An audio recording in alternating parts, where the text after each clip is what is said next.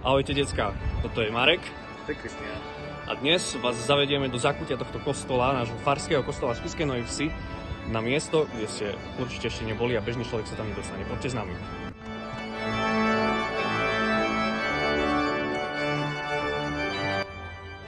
Marek, tak povedz mi, kde to vlastne my sme? Tak my sme v útrobách najväčšieho nástroja na svete.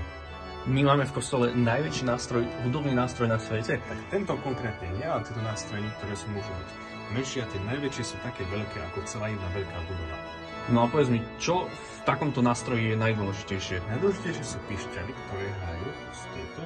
Niektoré môžu byť maličké ako ceruska, to napríklad sú tieto. A niektoré môžu byť také veľké, že môžu byť až 10 metrov. Wow, a to mi chceš povedať, že to všetko ovláda jeden človek? Áno, jeden človek, presne. Jeden z jedného centra to ovláda a všetko môže skoro nazrať. Čo keby sme sa išli pozrieť tam, odkiaľ hrá ten jeden hráč? Poď, ukážem si. Takže predpokladám, že odtiaľ sa tento orgán ovláda.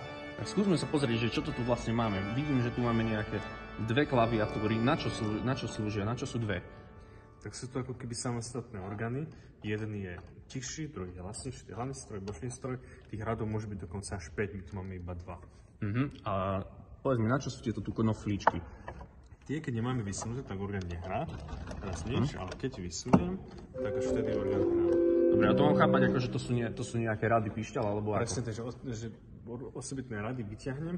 Keď vyťahnem tento, ten mi hrá tieto. Keď vyťahnem tieto.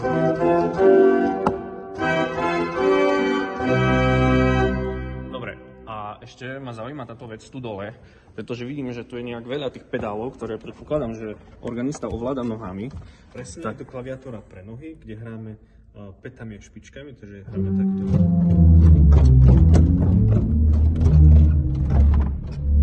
Takže oboma nohami hráme, špičkami aj pätami? Presne tak. Oboma nohami aj oboma rukami. Tak, to je neuveriteľné.